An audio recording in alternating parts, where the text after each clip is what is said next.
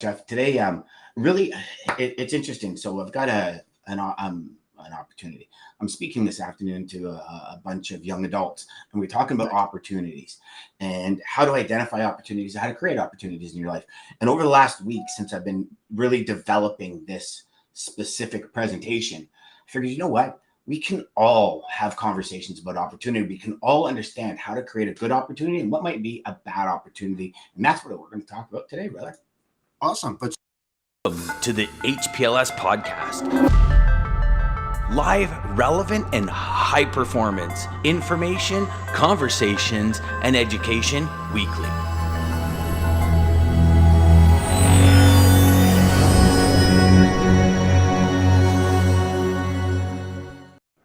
And there's Lisa again this morning. Still, for months now, been right on top of that. Seems right like years. And Seems like years. double whammy today.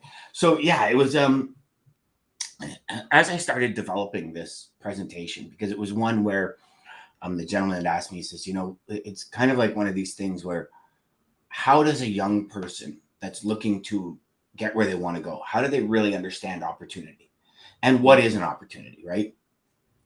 So as I was putting all of this together, I thought, this isn't just young adults, because as I'm putting it together, I'm realizing very early in my career, even into the middle of my career, I was falling victim to some of these things when it comes to opportunities, right? Because how many of us are like, oh my God, yeah, I'll take that.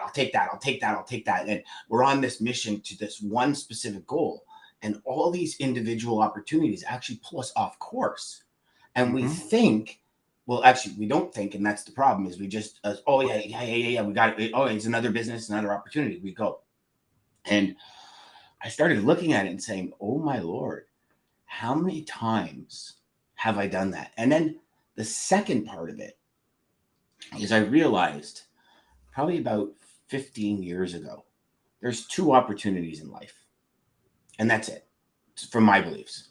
One are life-shifting opportunities. This is like business, an opportunity to go somewhere you've never been before, it shifts the way you think in life. And then there's perspective opportunities. And what I mean by that is, the best possible example recently that I can give for that one is, when I got diagnosed with cancer, we had to drive about an hour and a half to 2 hours to get to the hospital. So that's 3.5 to sometimes 4.5 hours in the car every day for 7 weeks. And that's downtown Toronto. So it's like crazy traffic, idiot drivers, asshole drivers, like all of the above, right? Yeah. And when you first look at that, like first when they told us, I was like, no, you got to be freaking kidding me. No way. I mean, that is just a nightmare. Nobody wants, like, I don't know how people do it. I'm a country guy. I'm not a city folk, and all these things start coming up. And then I realized if I had a opportunity perspective shift, it's time for my wife and I to have really uninterrupted conversation. All right. It's time for us to be silent with each other and just enjoy each other's company. It's time for us to we did sometimes, I'll be honest, make jokes and make fun of people on the road and that kind of stuff. We did that for sure.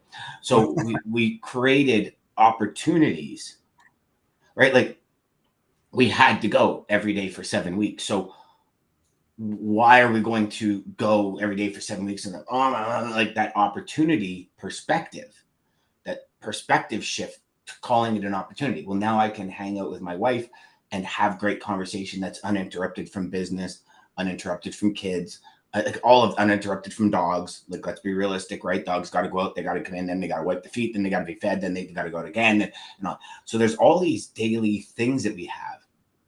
And that perspective can be shifted by creating an opportunity for something else. Does that all make sense so far?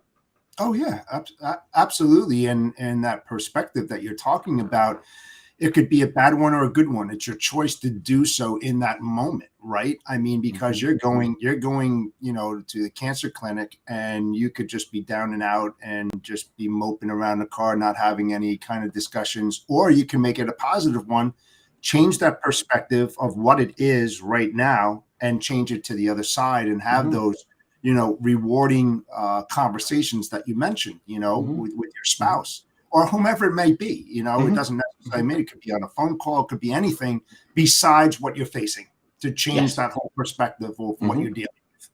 Absolutely.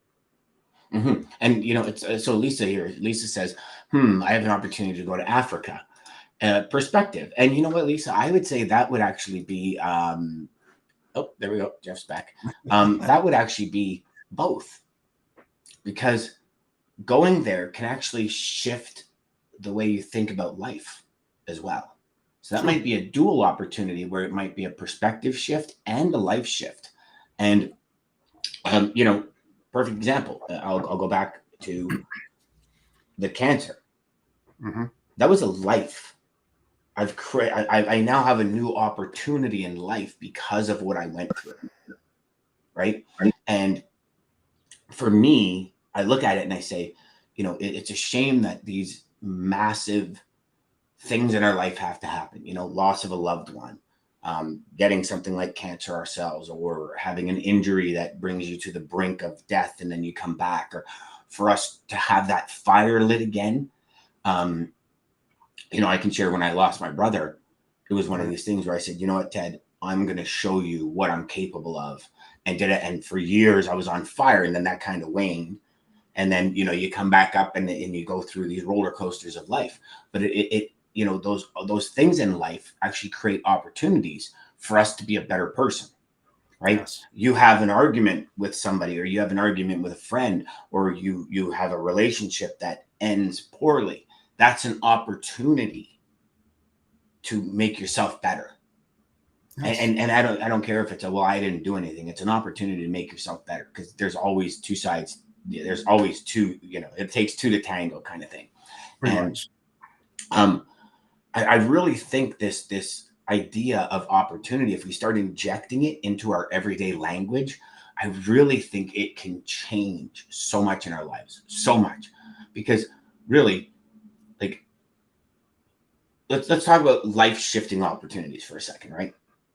A life-shifting opportunity can actually be one that takes you away from your goal, right? So we have to be very careful about those opportunities that we perceive to be life-shifting, right? Perfect example for us in logistics would be, we have an opportunity to work with a customer that's got a lot of freight, right? A lot of freight. And you're thinking, man, this customer is going to be good. We don't qualify and we don't understand. All of a sudden, 97% of our time is taken up with this one customer, right? Not only that, they're wheeling and dealing on every rate we give them.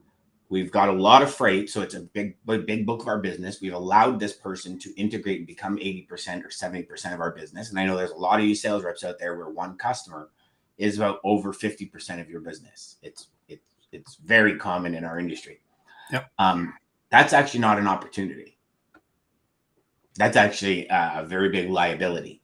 And say if your goal is $1 million GP, if 97% of your time is spent with that one customer, that customer is actually not an opportunity to help you get towards your goal. Now, can they become? Sure, if you maneuver and switch and shift that time period around. Because if 97% of your time is spent with the one customer, there's no room to court or bring in new customers or develop new business, because this customer is taking up all your time. Yeah. Right. And so those opportunities actually aren't actually opportunities to get you where you need to go, right? Another opportunity, another one where some people might say, you're at a company and your goal is $1 million GP, and somebody says, hey, would you become like a VP of sales? We can put you on the manager track, and you know, you can watch these 7 salespeople. Right now, some might be like, oh man, yeah, okay, I don't want the $1 million GP anymore. I want to be a manager. But if you wanted $1 million GP, you wouldn't take that opportunity, because it will never let you get there. Do you know what I mean? So there's those opportunities that aren't really helping us get where we need to go. They would help us move and shift our track that we would go, right? Because some people might have this $1 million dream and then realize, you know what, I'm not really cut out for this long term. I'd rather be a manager, right? Then their goal shifts. That becomes a great opportunity for them, right? Have you ever had these situations, Jeff, where you've been kind of going towards one goal and you've seen opportunities and actually either took them and then realized, shit, that's kind of like it was a bad decision, let's go back to it, or before you took it, it kind of hit you that, yeah, if this is my destination, it's going to be tough to get there here with this opportunity. Yeah, I mean, what it comes down to is adversity, right? We all face adversity every single day.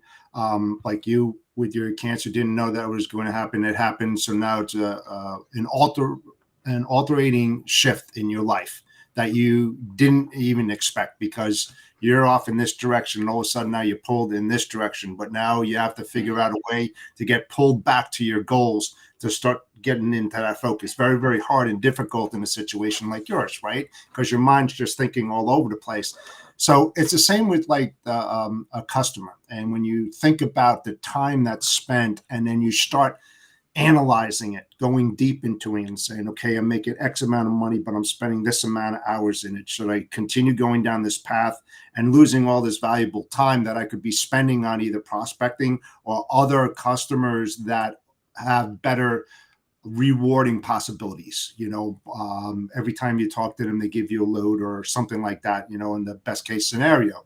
So you have to really think about that. And yes, that has happened to me, where I thought that things were going to be like peachy keen, man, this is great, this is going to happen. And then you keep working it, and you keep working it and working it, and it doesn't come to fruition, Or it comes to fruition and it's not what you had thought it was going to be, or what it was explained to you that it was going to be. And then all of a sudden it's like, whoa, the parameters just changed here. This is no longer an opportunity for me to get where I want to go.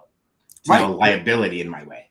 Yeah, that's part of it as well. You have to try to identify that sooner rather than later, because later the water is over the dam, it's in the ocean, and it's lost time that you'll never get back, right? So if you have a big portfolio, it's awesome to look at that on a monthly basis, to see the profitability of the accounts and what you're working on, and what seems to be going in the right direction, and then what's going in the wrong direction, and then shifting that focus from one area to the other. That will help you get to those goals and achieve what your objectives are. Because every week, everybody has, I would think anyway, has certain goals and objectives that they would love to hit. Like you said, $1 million GP, right? So those are the things that you have to really sit down and think about. Everybody wants to make money. That's why we do what we do, right? But there's a little bit more thought process in that, besides getting a load here, and how you can build that positivity up and get that shift going into the right direction. It's very difficult. It's because you're afraid to let something go, because you've got something.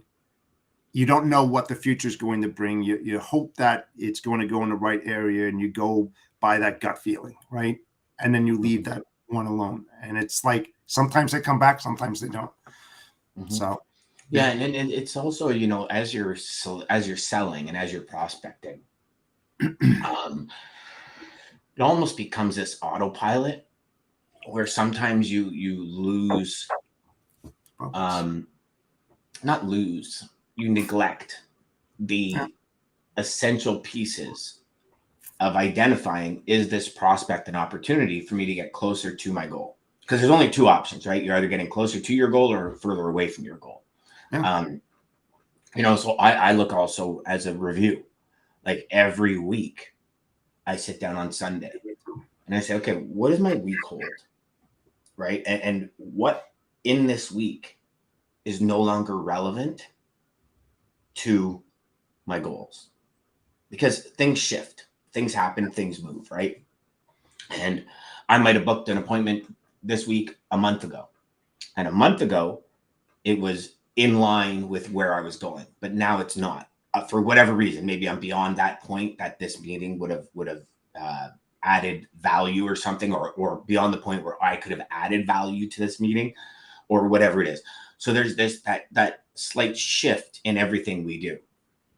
And I honestly think if we're not reviewing at least once, if not twice to 3 times our week, our goals for that week, our goals for that day, I think we're missing out on huge opportunities. Because I've always believed, and I'd love your take on this, Jeff, I don't believe in luck. I think the people that work hard and are consistently focused on their major outputs are the ones that seem lucky. They're the ones that have these all almost like unreal opportunities come to them, right? You know, in sales, the person that's consistently prospecting, consistently got a full pipeline, consistently going to meetings, consistently doing all of these things are the ones that seem lucky. And I'll give you a perfect example. I had a buddy of mine during the 08, 09, like just economy collapse, right? He was in trailer sales. Now, if you remember 08, 09, it was like the worst for trucking companies and brokers. It was a horrible 2 years. Horror show. Yeah, horror show.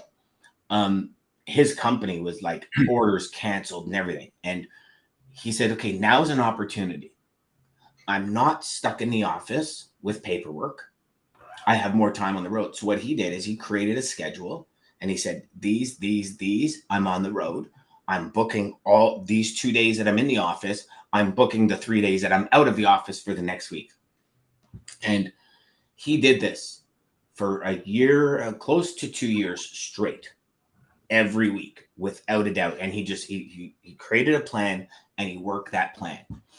And the next year, he was like the #1 trailer salesman in North America for his company. And Nice. you know, you go back and a lot of them were like, man, how'd you get so lucky? And he was like, it's not luck. Like, while every other guy was out on the golf course or they were doing this or they were, you know, I am not coming into work today. I'm going to hang out with, you know, he had a plan and he worked that plan. And that, I believe, is where this idea of luck or the right timing comes in, right? Like, come on, let's face it. In sales, there are accounts that come to us because we call on the right day. And that traffic manager just happens to be pissed off at his incumbents or something's just happened. But if you didn't have a plan and work that plan, you would have never made that call. It's not luck that you just picked up the phone at, you know, 9:18 a.m. on Thursday, October 27th, and called Jeff and got the deal. It's because you've been calling Jeff for X amount of time at 9:18 a.m. or in that between 9 and 9:30 a.m. and you've created that opportunity. And again, that's the creation of the opportunity. And then once you create that opportunity, there's two opportunities. By you calling Jeff, you can either have a life shifting opportunity or a perspective shifting opportunity, right? Now, as I'm speaking to you, Jeff, and I'm trying to figure out, you know, how you're set up, what you're doing, do I fit? Where do I fit into this puzzle? How can I add value to this puzzle? I can have an opportunity where perspective, where, you know what, the way I approached that probably wasn't the right way of approaching it. Great perspective shift. I'm going to try this. Or, hey, Jeff's got a lot of business. We see eye to eye. We're congruent beyond all belief. And my gosh, I think we're going to get business going. That's a life shifting opportunity, right? I can remember when I first decided I wanted that $1 million goal, and I got it landed in a customer, and they started bringing in 30 G's a week, and 30 G's a month, and I was like, wow. Like, we're talking $360,000 a year this customer's bringing in. I'm like, whoa, this is crazy. I'm like, yeah, but they were taking up all my time. And for month 1 and 2, I never realized it. And then month 3, I'm looking at my numbers and I'm looking at the customer. And this one customer is pages. And then there's like 2 pages of other customers. And I'm like, okay, this opportunity got me closer to the $1 million mark. However, the tentacles that come off that opportunity are bogging me down. And I really started looking at it, Jeff, and I said, okay, is this account a real opportunity? And I identified it as yes, but I didn't have it set up properly where it would take up 5% of my time instead of 95% of my time, right? So even inside these opportunities, we have to keep that mental focus on where that next step is to build that bridge from where we are to where we want to be, right? And every rung in that bridge is an opportunity taken. And I really honestly think if we as salespeople consistently think through those opportunities, and then think through the setup of the opportunity and think through the time constraint of the opportunity. Like I look at it and I say, so for yourself, every opportunity, let's evaluate it on 4 criteria. So one is self, right? Does this help you, help yourself, help your family, help you get where you want to go? And rate it from 1 to 5. Right. And we say, okay, yeah, it'll help me get where I want to go. Is there some things I got to tweak inside of it? Yeah, for sure. But it's going to help me get where I want to go. Okay. So we realize, okay, for ourselves, where we want to be in a year, 2 years, 3 years, 5 years, this is a great opportunity. Okay. So that's number one. And then as we start looking at it, it's okay. So now we got that one. Now, what about the social aspect of it? And what I mean by social is, okay, is this going to help me maybe become more present for other prospects? Is it going to be an opportunity that I can use in my marketing, in my sales conversations and all that kind of stuff? So that's another aspect of it that I really think we need to identify, because if we're able to get, have you ever Start With Why, where Simon Sinek says, you got to get the one cool kid on the bus, right? And if you get the one cool kid on the bus, then so many other people follow. That's the idea of social, where it's like, okay, can I use some of these opportunities or some of these things where I've added value into my marketing that can help Jeff see, oh, wow, you know what? That might be able to help me too. Right. And so we rate ourselves on these, right? And then when we look at that, we say, okay, we're rating ourselves on these opportunities. So right now we've got like ourself. Does it match us? And that comes with time and all that kind of stuff. And we got our social part. And does that make sense so far, Jeff? Yeah. Okay. What are you thinking so far? Well, to get back to what you were saying about luck, I think it's timing, not luck, but it's timing and being in the right place at the right time. Now, you were talking about, checking your customers, prospects every week, maybe 2 or 3 times, right? Here's what I found out. No, schedule. Oh, schedule. Okay. Yeah, okay. no, not necessarily. And that doesn't necessarily mean just prospects. Like schedule. Like I have meetings throughout the week where people connect with me and they say, hey, listen, this is something that's happening. I noticed you might be able to help me.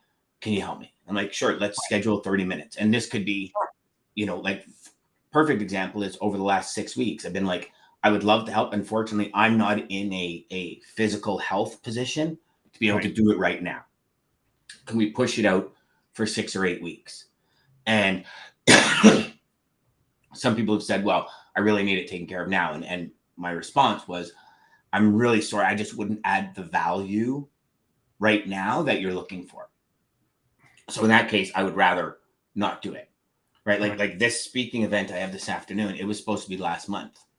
And I had said last month, I said, I won't, I got to speak for an hour. I said, I just physically can't do it. And it's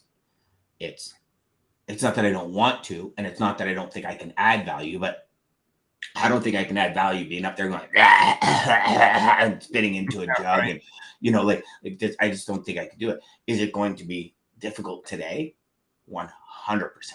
And I know it's going to push me to my limits, but I'm excited for the opportunity. Right.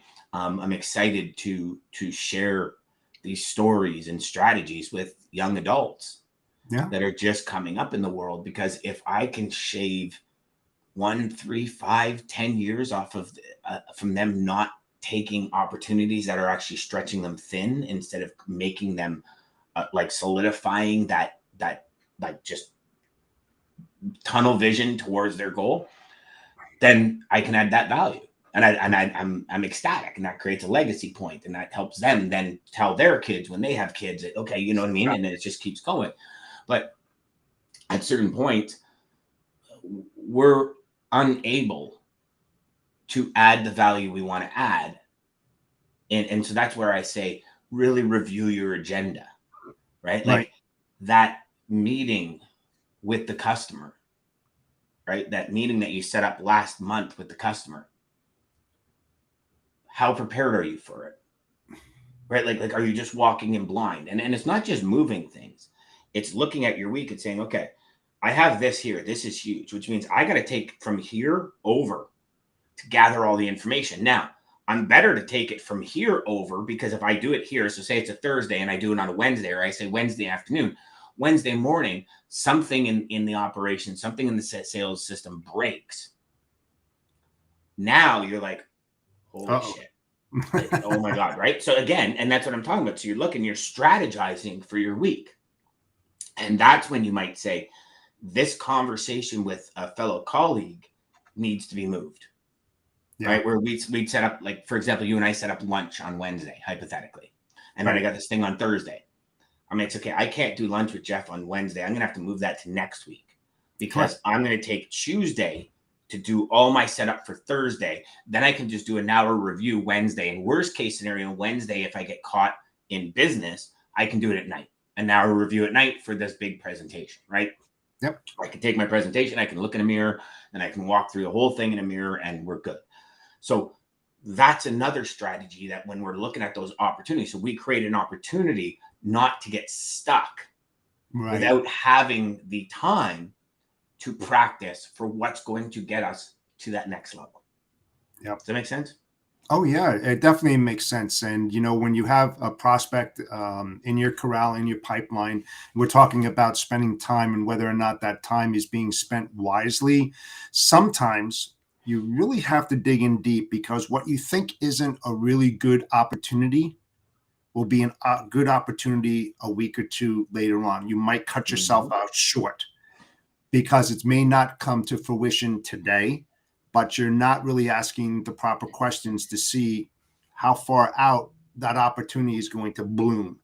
Because if you happen to make that choice and saying, I'm just spending too much time with this, I'm not getting anything in return, and now you shut the pipeline down, sort of speaking, and now you're focusing in another area, all of a sudden that opportunity is gone, and it could have been a $6-7 million opportunity, but you chose not to do it because nothing was developing at that time. So you have to be very careful in analyzing who you're working with, why you're working with, or do they fit in your niche? When do you think this? It's all questions, right? You have to ask these questions. Oh, you're ramping up. Oh, you got a new project. You got all this. So you have to keep that in mind when you're building those schedules, to try to touch base with them, to help them along with it, because it's worth that time.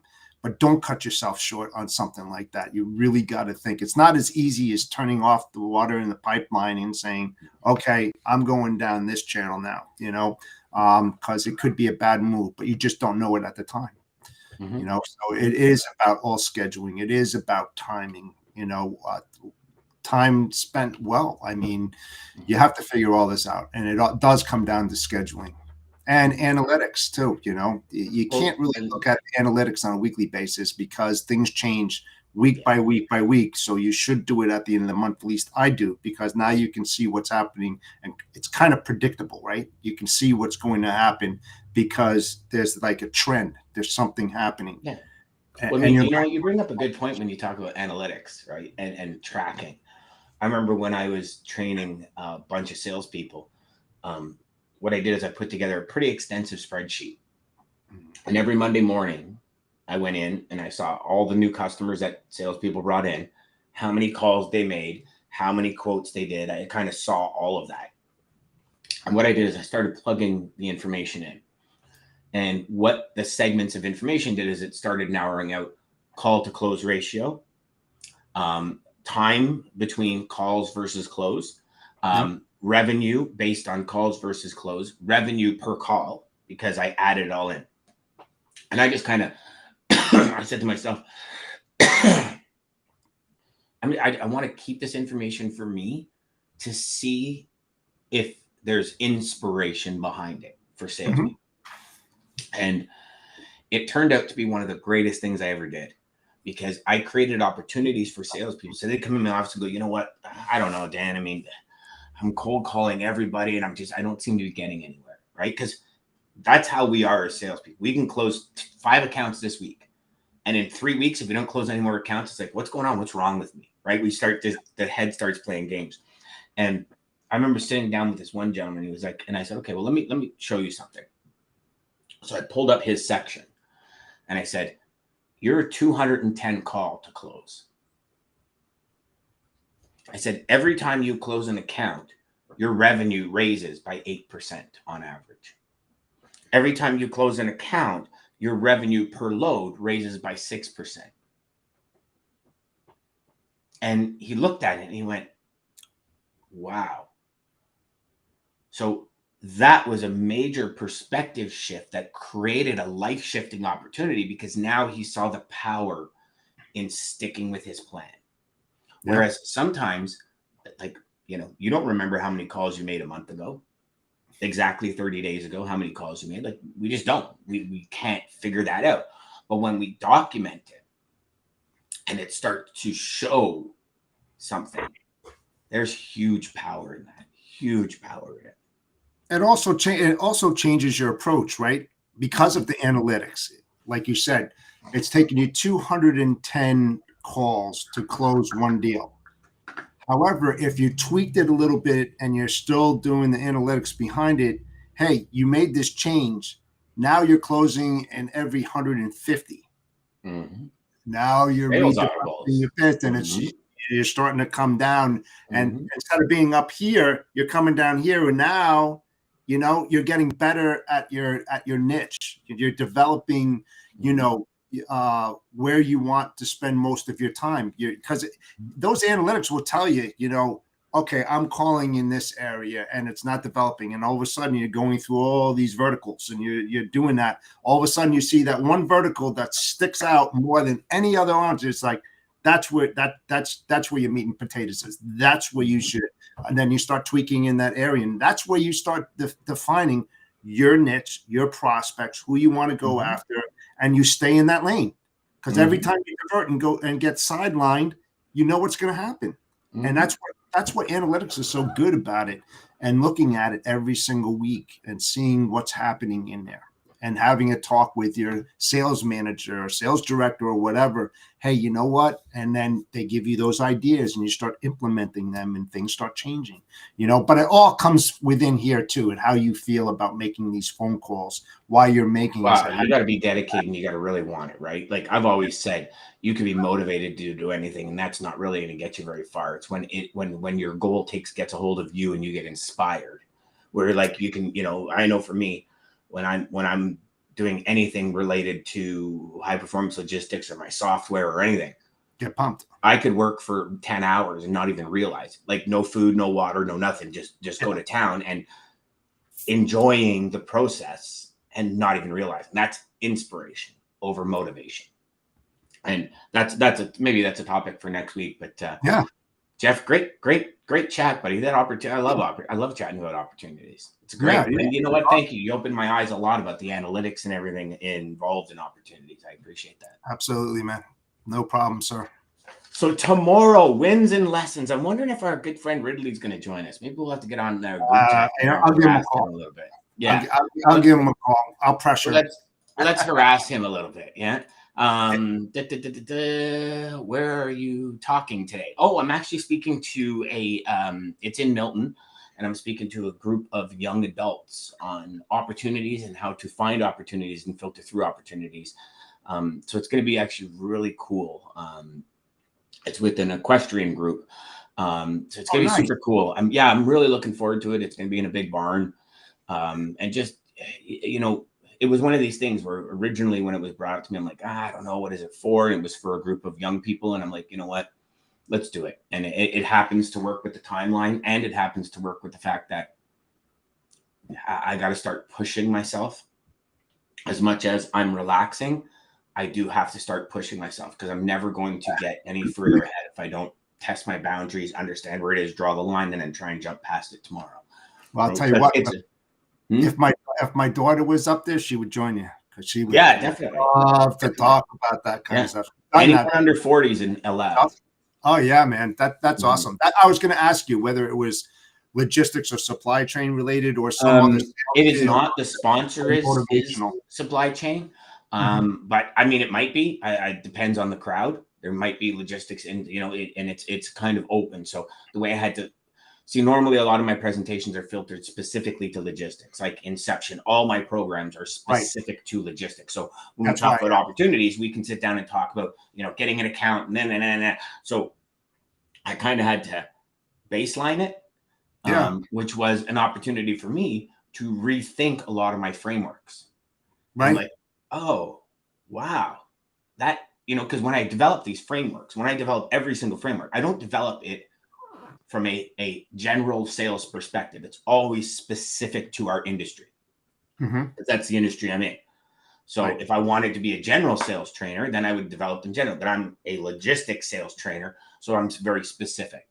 And it's funny because it created huge opportunities for me mentally, both from a perspective and from an ultimate shift. When I was like, wow, that little tweak and this framework works for everyone. Yes. And it was like, Yeah, that's what I wow. was going to say. That's what I was going to say to you. It's about the opportunities. It's about self-development. It's about having the positive mindset in order to move yourself forward to reach your personal goals and objectives. And a question is being in a question, because I've had years in it with my daughter. It's that mindset, that positivity, because there's so many failures in it. When you take a hard hit and you fall off the horse and you don't want to get back in the saddle again, that's what it's all about, is setting that mindset, creating those goals and objectives, and how to get yourself self-motivated in order to hit that. So what you're doing definitely can be used in different verticals, in different environments for sure, because it's relatable.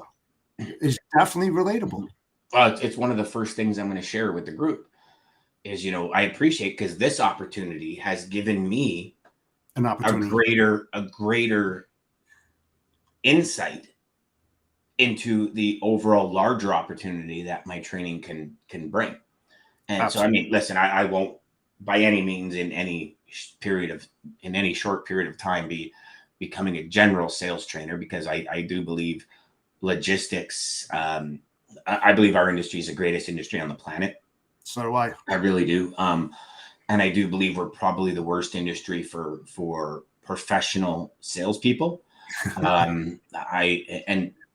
It's just what it is. I believe we still have there's still a very big persona of snake oil salespeople in our industry. And I want to change that. And I truly want to help 10,000 people design the life and business they truly want by helping them get to $1 million GP a year. And if you're in the 30-40% margin, you're making $300,000-$400,000 a year. You can do a lot of things with your family and have a really good life. And so many salespeople, before I created this, like before I really got into this, this is like what I want my legacy to be. Right. A lot of salespeople were like, there's no way. Like, I just don't have the skill to do $1 million. And I said, well, you're wrong. If you have the desire, I could teach you the skill, because it's fairly easy. It's just the desire. And as well as I do, in our industry, it's very unfortunate, but so many people keep so many things close to their chest. Right? I remember when I was at a very large brokerage company, and I remember going to the number one salesperson in the office and, okay, what is it that you do differently? And he wouldn't tell me. He's like, well, it's kind of my secret. I'm like, okay, well, talk to me. Tell me. Like, I'm inquiring. No, wouldn't tell me. I went to the second, and I think at that time I was the fourth, and it was only the third guy that said, well, here's what I did. But the first two held it so close. It's like, if you ever worked in a company and you go to somebody and say, hey, I got freight out of Texas. Yeah, I know you moved freight out of Texas. Like, well, I don't know if I want to give you my carrier, because the perspective is I give you the carrier, I don't get the trucks. Right. So the perspective from a lot of the salespeople is, if I tell you my secrets, then they're not my secrets. In other words, I'm sorry, I've walked through my strategy tens of thousands of times with people. Every time I walk through it, I'm like, oh, I could put that one little piece in. Oh, that might make all the difference in the world. So as we talk through our strategies, they become more powerful to us. Yes. And it's crazy to hold it in. The more you add value to everyone around you, and you go back to the good old Zig Ziglar. You want to get where you want in life, help as many people as get where they want. And that's the strategy of sales and logistics. You have to help your customers get where they want to go, not just move freight for commission. Right. Right? You move freight for commission, you're losing opportunities to get customers where they want to go, to turn customers into raving fans.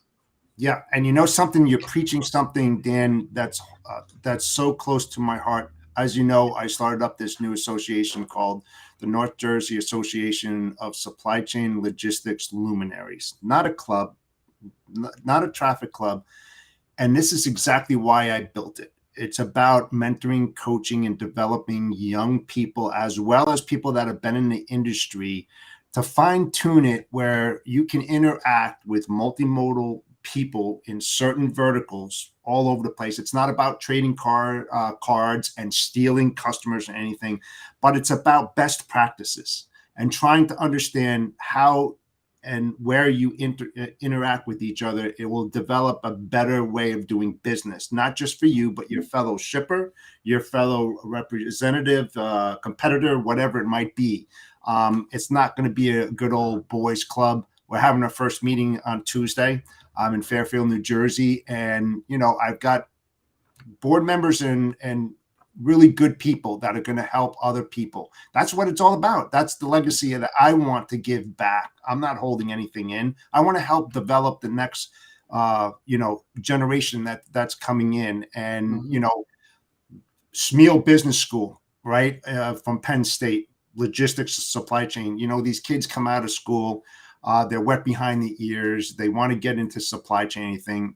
We're not charging them membership. Their first year is free. They come in, they get to talk to these mentors to understand the industry more so that we can help them get their foot in the door and help them build their career in where they want to go in. Because, in supply chain and logistics, there's so many different avenues that you can get involved with. We want to help them make their own decision on what fits them best, so this is not great. only that, if you train them properly and you give them the opportunity to be authentic, to really have all the tools at their disposal to really do it right. Yes. The next year, which is going to be very difficult for salespeople, very difficult. I don't care what anyone says. It is going to be very difficult because shippers are getting into that. I've got this done now and I'm kind of have the least amount of problems. I add somebody new, it's going to be huge problems, right? Unless you have a relationship, that person goes somewhere and they say, hey, I know you can solve it and all that.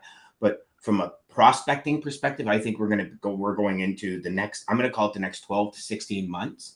I think are going to be some of the toughest for salespeople just getting into this industry.